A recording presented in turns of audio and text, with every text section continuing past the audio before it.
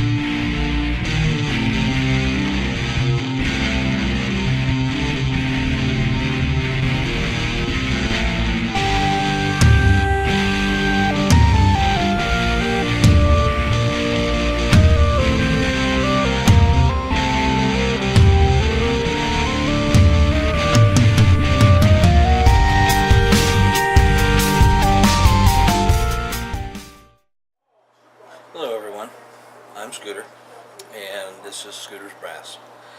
I kind of wanted to take a few moments to explain why I created Scooter's Brass. Ignore the voices on the other side of the wall. That's just the neighbors. When I first started shooting, one of the things that I noticed is that I can find hundreds and thousands of professional shooters, people who professionally do these video blogs and this, that, and the other online to give you instruction on firearms and shooting tips and this, that, and the other. One of the things that I didn't normally see is videos of the average Joe who's a getting better shooter that's just started out, chronicling the trials and tribulations of entering into rifle matches and 2-gun matches and 3-gun matches and tactical shotgun matches. You don't see that online that often for just the average Joe. In this case, it's the average Scooter. I really like the idea of creating videos based on my actual matches. Because, let's face it, I'm in my 50s. I haven't been shooting, in competition for that long. So this is more of a channel to try to get people like me who are afraid to start shooting or to maybe enter competitions to actually think about actually doing it. The average Joe can actually do these local matches. I even got crazy enough to enter into the Superstition Mountain Mystery 3-gun, the 24th annual Superstition Mountain Mystery 3-gun, because it's kind of a bucket list item.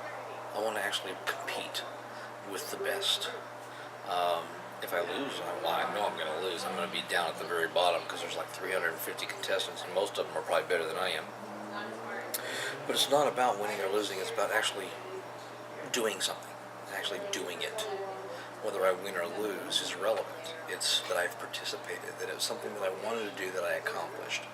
And that's what I hoped to originally do with Scooter's Brass, was to get people to want to participate, to want to compete, win or lose, because, number one, it's good exercise.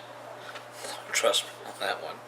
Number two, if you are a firearms enthusiast, it gives you a lot of education on being more safe, on how to handle and use your firearms in a safe manner and more efficiently.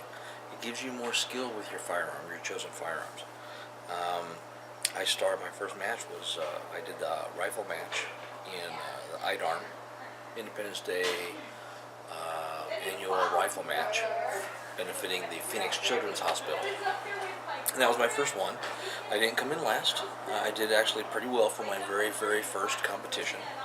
I actually scored on one stage in the top 20 of the 100 and something people that were there. So, just because you may be afraid of failure doesn't mean you shouldn't compete, because it's a good experience. You get to hang out with and compete against people who are also enthusiasts, that understand the idea of protecting the Second Amendment, that understand the idea that shooting is a competition. It can be competitive and it can be skillful. Which is kind of why I even went further. So I did my first 3-gun in September of 2018, and I didn't come in last. but I managed to get through 3 of the 4 stages because of the temperature. Even in September it was 108 degrees, so I ended up having to put out at the on stage 4 because of the fact that it was too hot, and I was starting to show signs of heat exhaustion. One of the DPS officers that was competing in my squad pulled me aside and said, "Look, you don't really look really good. You look like you're really, really hot, really, really red." Checked to see if I was okay, and after a few minutes of thinking about it, I thought, yeah, okay, I'll help out. So I went ahead and canceled that 4th stage.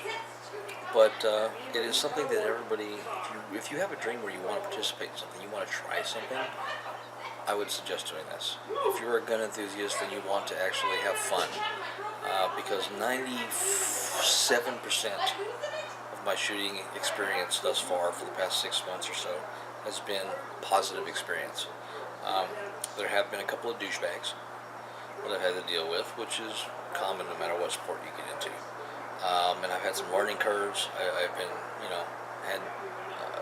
met some people that have been really, really a good positive to me by giving me more tips on how to do things, how to compete, how to aim better, how to hold my gun better, how to do this, that, and the other. So I would recommend taking the time, if you really do like shooting, to look into your local area and see if they have gun competitions. They have the USPSA, which I'm a member of, which is all pistols, competitive pistols. They have of course, the 3 Gun Nation. Most local gun places do have some sort of competitions that you can get into, so you can actually get more experience. I would highly recommend that. And then the other side is it's just fun. I'm having a great time with it. It can be a little expensive, depending on what kind of ammo you use, what kind of firearms you use. When it comes to firearms, I would suggest you use what's comfortable to you. Don't worry about what they say on all these fancy videos. Do what's comfortable for you. Use the firearms that are comfortable for you. It doesn't matter if you're not the fastest at the stage. It doesn't matter if you hit all the targets at the stage. It matters that you're out there competing and actually participating. So here we are with Scooter's Brass, or the average Joe Schmo who doesn't know shit about shit. When I screw up, you see it on the video. I don't cut the videos. You see me from start to finish. When I have a jam and I have to fight with a shotgun or a rifle or whatnot to get it out, you see that. I don't buttercoat that stuff, because I want all of you to see what it's actually like participating. Not the old fancy somebody that can mow down 50 targets in 3.4 seconds, but the guy that says, okay, let me use a pump shotgun with a magazine for a steel competition where everybody else is using pistol carbines. That's the kind of guy that you want to look at. You want to look at somebody that's doing it for the fun and not doing it for the money or doing it because they've been doing it for so long, but just the average Joe that's like, hey, I'm going to try this, because that's where Scooter's Brass comes in. Thanks for listening in, guys. I hope you really enjoy the videos you see. Going to be adding GoPro video, so we're going to have picture-in-picture where you see the actual backside of me going through the course, plus the helmet cam, and it should be really fun. So thanks for listening in. Have a good one, and be safe.